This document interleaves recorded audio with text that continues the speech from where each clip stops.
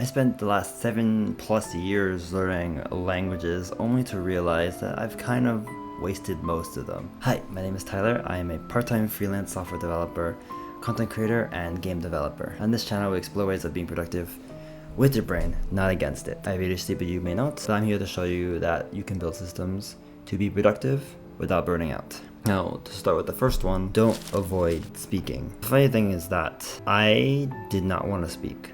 I just wanted to watch my favorite anime, and I mean, it's not necessarily a bad thing, I think. But I think the funniest thing that I've learned from learning languages is that speaking actually helps you remember a lot more, which is interesting. I guess part of it's also because listening is so passive that you almost don't really remember it. Like, you're not actively trying to remember and say things out loud. And I guess saying things out loud engages your hearing, your speaking, and you're very engaged in the process of learning. For this, I would use apps like Pimsleur, which is a fantastic audio program. It's not sponsored. It would be nice though. And if you know the plugin on Language Reactor, it's basically a plugin for Netflix where you can show like things like two subtitles, like the English and the original language. You can look up pronunciation, you can look up meanings. It's overall just a very good app. But with that, you want to also speak out loud. And that's, I guess, something I'm trying to experiment with currently with Netflix, where I will watch something, but I will make sure to repeat the words over and over. Or at least repeat them once out loud. And so I'm speaking, I'm engaged. I'm not just in one ear, out the other ear, with a lot of the vocabulary that I consume from shows. And I guess another tip for that is don't be afraid of speaking, even if it's Pimsleur, even if it's speaking to people. People are a lot more forgiving than you think. Like, it's scary, I get it. It's very, very scary to speak a language that you have no idea and that you might say something very offensive, which is going to happen. I've seen a lot of really funny clips about how there's this really easy way to screw up a Chinese word by using the wrong tones.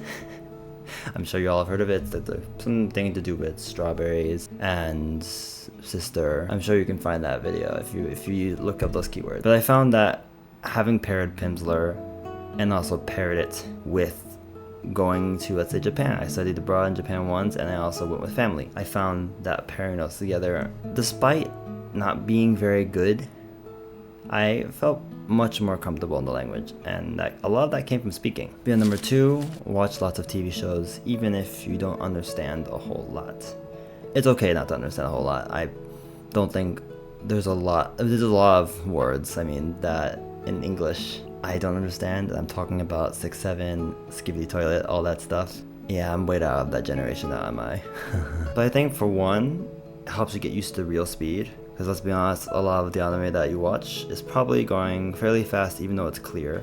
And a lot of people mumble, so it's really hard to understand what people are saying half the time because it's so fast. But to continue off of that, you also want to segue into, let's make it a game. Let's see how many words we know. It's okay if you don't know all the words. Just like how I don't know skibbity toilet and 6-7 very well. If you can find even just a few words, like, for example, in Japanese, boku, watashi, shinjuru, shinjimasu, you know, just little words here and then, count those as small ones. I think that helps a lot with motivation. And of course, don't go and watch a show about law or, you know, murder or something. It's like really hard because then you have words that you just don't know and they're really hard. I mean, would you rather watch a show that has a slice of life and uses words that are common versus a show that's very specialized in words you probably won't ever use? I mean, it's an interesting show, but you're never going to use the words. Number 3, don't use just one tool. I'm guilty of this with Duolingo, and I know people make the joke about Duolingo, how it's just gamified and the owl wants to murder you and your family. And the one rebuttal I will say I have for Duolingo is that it gets your foot in the door. It gets your feet wet, so that way you can start learning. And I think that's a good thing. However, I don't think it's good if you want to learn a language to its fullness. Because at the end of the day, you kind of have to use the language. And if you're not using it and you're playing a game, then you're not really going to be using it. Because, like, if you want to speak, if you want to watch anime, you have to watch anime and speak to people. And overall, just to use other tools like again Pimsleur and Language Reactor, or just watching TV shows to fill in those other gaps that have to do with listening, with speaking, and especially writing. I mean, you're not going to really learn a whole lot of writing from Duolingo. There's nothing in there for writing yet. Number 4, be patient with yourself.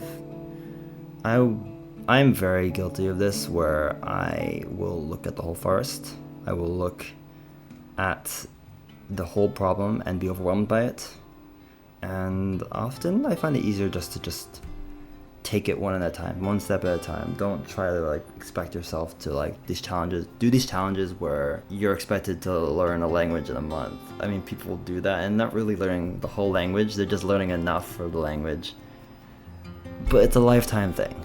You're gonna be taking a lot of your time learning a language. Just enjoy the process. Build simple habits, especially. Like for me, Pimsleur was a very simple habit because you're only spending 30 minutes a day, most, on language. So it's easier to do small habits. And I guess if anyone's read the Atomic Habits book, it makes it a lot easier to stick to those habits if they're small and doesn't feel like a massive commitment. It's a lot harder to do something when you have to spend a whole hour versus 15 minutes. And of course, celebrate the small wins. It does help. I mean, if you don't get little rewards, it's kind of hard to feel rewarding, especially when no one else is rewarding you except you. And lastly, don't do what I did, and try to learn more than 2 languages at once. It's just a bad idea.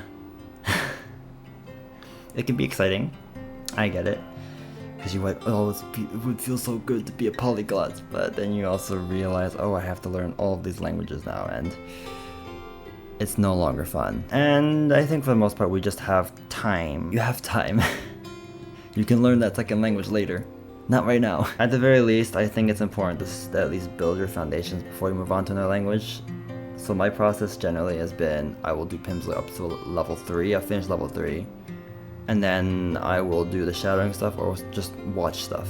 Because at that point I have a general idea of how the language works and I'm a bit more comfortable.